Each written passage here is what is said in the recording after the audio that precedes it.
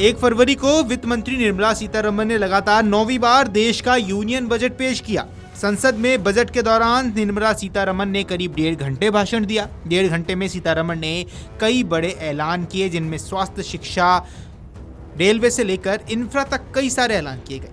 सरकार ने कई चीजों पर टैक्स बढ़ाए भी और कम भी किए।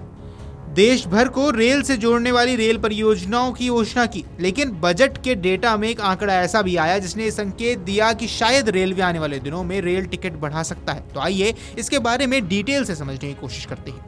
दरअसल सरकार ने बजट में पूरे आगामी खर्च के बारे में ब्यौरा दिया, जिसमें सरकार की ओर से स्थापना व्यय यानी कि स्टेबलमेंट खर्च का भी डेटा जारी किया गया, जो वित्त वर्ष 2026-27 के लिए 8,24,114 करोड़ रुपए है और वो बीते वर्ष 7,82,701 के मुकाबले 41,413 करोड़ रुपए ज्यादा है। व्यय में बढ़ोतरी की रकम पे कमीशन में आने वाले खर्च के हिसाब से मामूली है, क्योंकि सरकार का इतना पैसा नई नियुक्तियों और डीए देने में ही खर्च हो सकता है।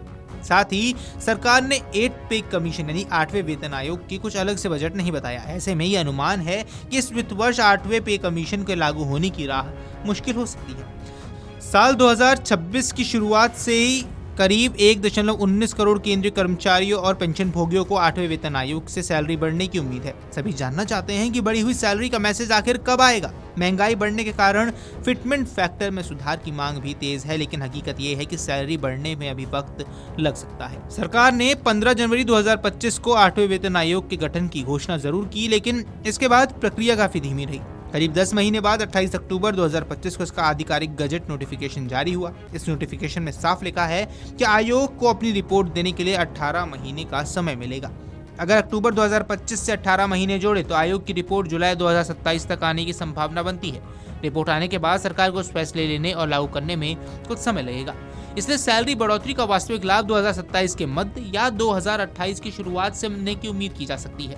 बजट में भी सरकार ने कुछ ऐसा ही संकेत दिया, क्योंकि अगर इस बार व्यय नहीं बढ़ाया गया तो हो सकता है 8वें वेतन आयोग के लिए बजट 2027 में कुछ ऐलान किया जाए। वीडियो डेस्क अमरउजाला.com। अगर आप ये वीडियो YouTube पर देख रहे हैं तो हमारे चैनल को सब्सक्राइब कर बेल आइकन दबाएं और Facebook पर देख रहे हैं तो हमारे पेज को लाइक करें। अगर आप ये वीडियो YouTube पर देख रहे हैं तो हमारे चैनल को सब्सक्राइब कर बेल आइकन दबाएं और Facebook पर देख रहे हैं तो हमारे पेज को लाइक करें।